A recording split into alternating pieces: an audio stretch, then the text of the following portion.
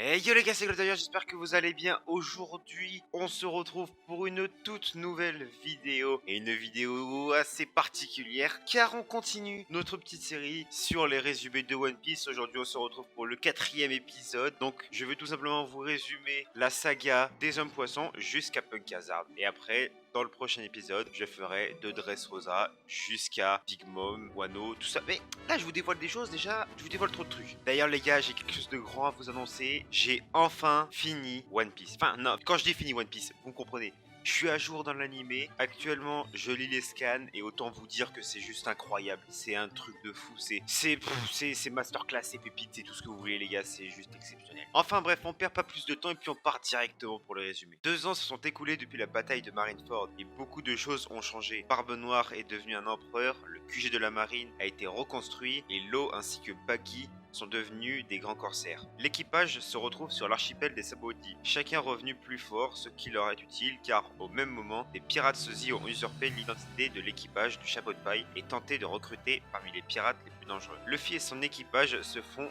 donc repérés par la marine quand ils rétablissent la vérité alors que la marine tente d'arrêter les sosies. C'est alors que le chef de la division scientifique fait son apparition, Sentomaru. En voyant la supercherie, Sentomaru vainc ce dernier très facilement et Luffy nous montrera directement ses progrès en esquivant plusieurs balles grâce au Haki. Il retrouve ensuite Zoro et Sanji qui se sont déjà pris la tête à peine ils se retrouvent et ils vont détruire des pacifistas sur leur chemin. L'équipage se réunit ensuite sur le bateau. Brook a terminé sa carrière sous le nom de Soul King. Robin est revenu de son séjour dans l'armée révolutionnaire. Nami a non seulement appris de nouvelles choses, mais elle a pris un glow-up fois 1000 mon pote.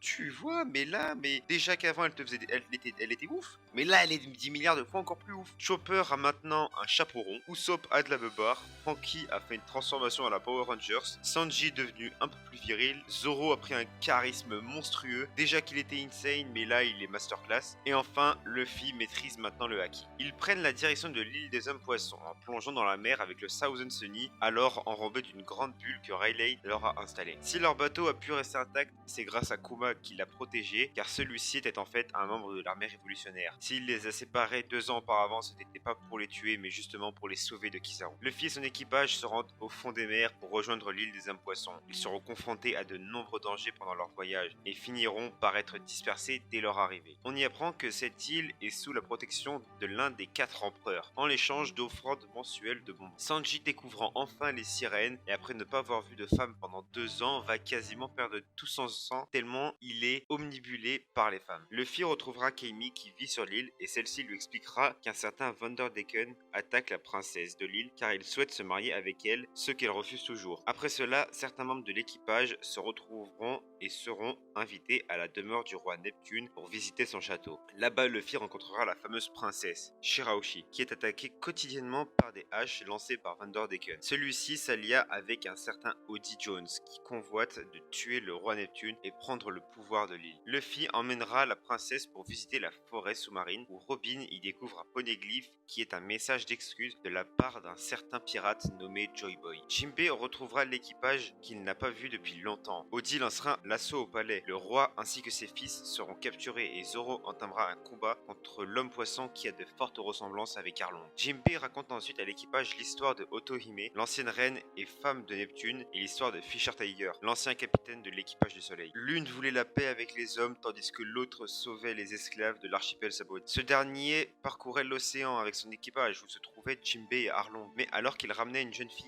nommé Koala à son village natal, il fut attaqué par la marine et gravement blessé. Il décéda plus tard de ses blessures et l'équipage des Pirates du Soleil se sépara après que Jinbei et Arlong se soient battus. Celui-ci étant devenu corsaire pour protéger son pays et libérer Arlong du Pell Down. Un jour, un dragon céleste fit naufrage sur l'île des Hommes Poissons. Pourtant bien accueilli, il insulta le peuple. Lorsque son bateau fut réparé, il remonta à la surface et Otohime l'y accompagna. Une fois de retour, elle sauta faire la paix avec les hommes et de nombreuses signatures approuvent cette idée. Mais un jour, toutes les lettres prirent feu et la reine fut assassinée d'une balle dans la poitrine. L'histoire des Hommes Poissons se termine sur les funérailles de la reine. Odie ayant pris possession du palais, il retourne voir le peuple. Il annonce l'exécution du roi Neptune afin de prendre sa place, ainsi qu'il est l'assassin de la reine Otohime. Otohime. Jinbei et Shirahoshi débarquent et se font battre, mais cela fait partie du plan de Luffy. Tout l'équipage apparaît et nous dévoile leur nouvelle technique. Luffy affronte Odik qui prend de plus en plus de pilules afin de se doper encore plus. Vanderdecken tente de faire chuter l'immense navire Noah sur l'île afin de la détruire. Mais heureusement, après que Luffy ait éclaté la gueule d'Odik, il s'acharne sur le bateau pour le détruire afin de sauver l'île. C'est alors que Shirahoshi utilise un pouvoir qui lui est apparu à la naissance. Elle appelle les rois des mers afin de sauver l'île et remettre ce qu'il reste du bateau à sa place. Shirahoshi s'avère être la princesse des rois des mers. Elle peut donc les contrôler à sa guise. Luffy et ses compagnons finissent par gagner, mais le capitaine est gravement blessé. Il sera sauvé grâce à l'aide de Jinbei qui lui offre une perfusion. Cela choque tout le monde qu'un homme poisson partage son sang avec celui d'un homme. Mais Jinbei ne se pose pas de questions car il souhaite garder en vie son futur capitaine. Et oui, car Luffy lui a proposé de rejoindre son équipage, ce qu'il a refusé temporairement car il a certaines choses à régler. Pour les remercier, le roi de l'île des hommes poissons,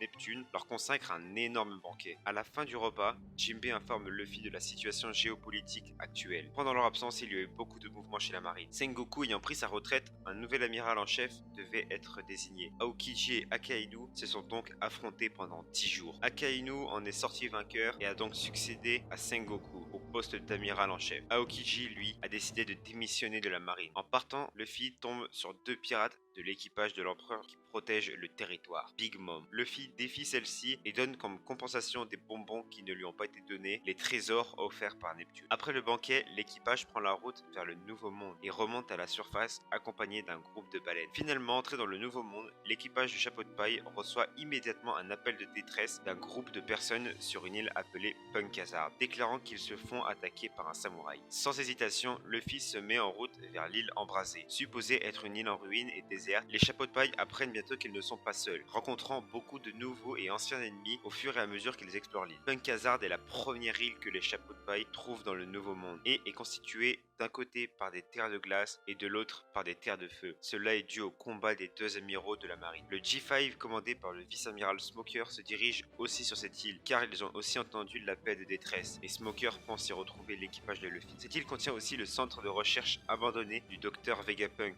maintenant utilisé par Shizar Clown, un scientifique d'une cruauté extrême qui produit du SID, ingrédient essentiel à la création des Smiles, fruits du démon artificiel. Luffy, Zoro, Usopp et Robin découvrent des jambes qui parlent accrochées à un dragon. Le reste de l'équipage sont capturés, sauf Brook, et découvrent quant à eux une tête d'un dénommé Kinemon, qui s'avère être le fameux samouraï. Alors que ceux-ci s'évadèrent, ils découvrirent une pièce remplie d'enfants plus ou moins grands. Ceux-ci étaient des sujets d'expérimentation de Shizar. Nami prit donc la décision de les libérer et tous partirent se réfugier à l'extérieur du laboratoire. Luffy et les autres réussirent à traverser un lac pour se rendre dans la partie enneigée de l'île. Le G5 enfin arrivé sur l'île, il tombe sur Trafalgar Law, à l'entrée du laboratoire. Un combat entre eux commencera. La moitié de l'équipage arrivera aussi sur le lieu et Law montrera une nouvelle technique lui permettant d'intervertir les esprits. Nami sera dans le corps de Franky, Chopper dans celui de Sanji, Franky dans celui de Chopper et Sanji dans celui de Nami. Law prendra le cœur de Smoker et échangera son esprit avec celui de Tachiki. Luffy retrouvera Law et le remerciera pour l'avoir sauvé il y a 2 ans. La tête de Kinemon sera recollée sur ses jambes et il révélera que c'est Law qui l'a coupé en 3. Law révèle à Luffy que l'île a été détruite par Shizar après une expérience ratée de ce dernier il y a 4 ans. Law propose à Luffy de former une alliance pour capturer Shizar et par ce biais s'attaquer à Joker, qui n'est autre que le grand corsaire Don Quichotte Doflamingo. Ce dernier étant un allié de l'empereur Kaido, qui est la vraie cible de cette alliance. Il redonne à chacun leur corps respectif, sauf pour Nami, qui se retrouve dans le corps de Sanji vu qu'il n'est pas là. Shizar libère une créature sur l'île, Smile. Sanji récupère au fond du lac le buste du samouraï et celui-ci retrouve enfin son corps en entier. Law se fait ensuite vaincre par le vice-amiral Vergo, qui est en fait